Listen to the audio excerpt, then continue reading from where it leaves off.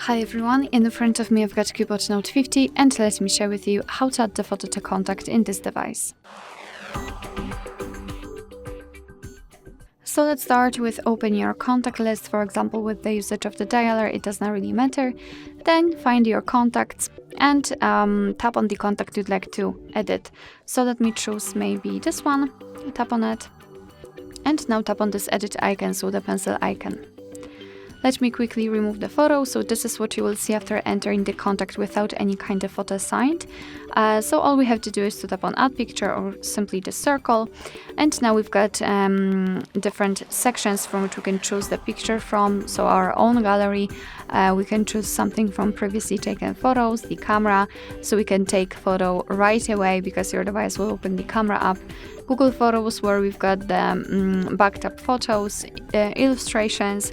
So here we've got online images, and I highly recommend to check those options, especially in the situation if you do not have the photo of someone's contact you'd like to edit.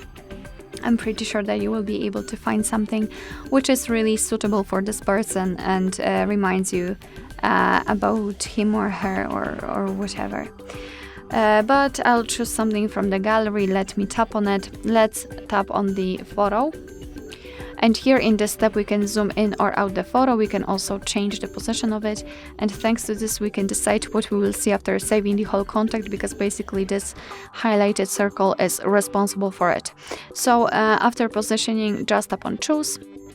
And as you can see, this is how our photo will look like. So if you're happy with the results, tap on save in the right upper corner. And here we've got our contact saved. This is how it will look like. Of course, you will be able to see this photo on the contact list and, for example, during all incoming calls from that specific number. Alright, so that will be all. Thank you so much for watching. I hope that this video was helpful, and if it was, please hit the subscribe button and leave the thumbs up.